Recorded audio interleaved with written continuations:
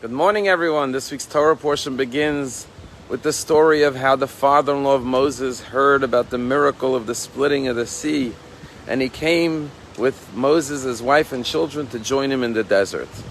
And when the Jewish people left Egypt last week in the Torah portion, it says that Moses went to retrieve the bones of Joseph, the casket of Joseph, and take it out of Egypt and carry it to the land of Israel for burial.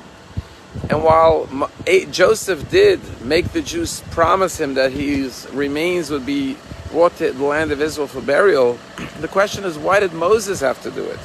After all, Moses was busy gathering the nation and taking them into freedom. Why was he the one who had to go take the bones of Joseph and carry it with him to the land of Israel? Furthermore, Joseph had many descendants. Children, grandchildren, great-grandchildren. Wouldn't it be more appropriate that his descendants would carry his remains to the land of Israel? And a beautiful answer given by Rabbi Israel Meir Lau is that there's a reason why Moses went to get the casket of Joseph.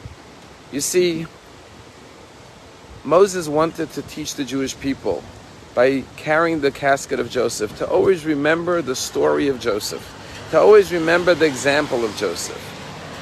Because Joseph reminds the Jewish people that the reason they went into slavery in the first place was because of hatred and animosity and jealousy and strife amongst brothers, which led the family into slavery, because Joseph was sold into slavery as a result of that.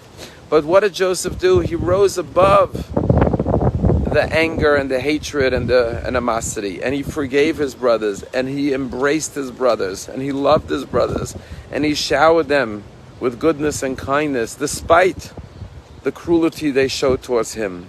And so Moses said, I'm going to lead this nation for 40 years in the desert. The most important thing for them to remember is that there may be many enemies from without that may try to harm the Jewish people, but as long as we are unified, as long as we love each other, as long as we're willing to overlook hurt and forgive and never have envy or strife amongst ourselves, that is the secret to the success of the Jewish people. And therefore, Moses goes to retrieve the casket of Joseph to be a continuous, constant reminder to the Jewish people to follow in the ways of Joseph the righteous, Joseph the tzaddik. We read today about so much strife, especially in Israel, amongst the Jewish people. At the same time that we are reading about anti-Semitism and terror in Israel, and let the casket of Joseph be a reminder to us that we as the Jewish nation always have to be united and love one another. And even if we have disagreements, even if we have reasons to be concerned, we can never allow that to tear us apart. The story about the Lubavitcher Rabbi that I recall, when I was a kid studying in 770 Eastern Parkway, there was this man who came from Israel. And unfortunately, he had been in the Israeli army, and he had been in some kind of a explosion in a tank, and his face was all swollen and purple. It was difficult to look at him, frankly. And I remember as a child being a little shocked to see him in the synagogue at 770 Eastern Parkway.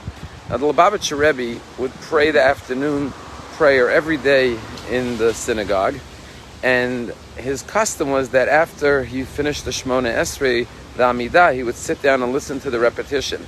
And he would always take his hand and put it on his forehead to concentrate. One day the Rebbe came in, and when he sat down, he did not put his hand on his forehead to concentrate as he always did. People were surprised because it was his daily custom to do that. The next day, he went back to covering his eyes with his forehead, hand on his forehead, to concentrate. And then every day it would switch. Some days yes, some days not. And people were trying to figure out why. And then they noticed a pattern, that whenever this Israeli man, whose name was Shimon, was in the synagogue, the Rebbe would keep his hands down. And only when he was not present, the Rebbe would go back to his usual custom of concentrating and focusing with his hand on his forehead. You see, the Rebbe didn't want anyone in the room to think that he was covering his eyes because he didn't want to look at the face of Shimon. Sometimes we look at one another and we want to turn away our eyes from each other. What the Parsha teaches us is that as a Jewish nation, we have to lift our eyes to one another. Yes, we can have dialogue.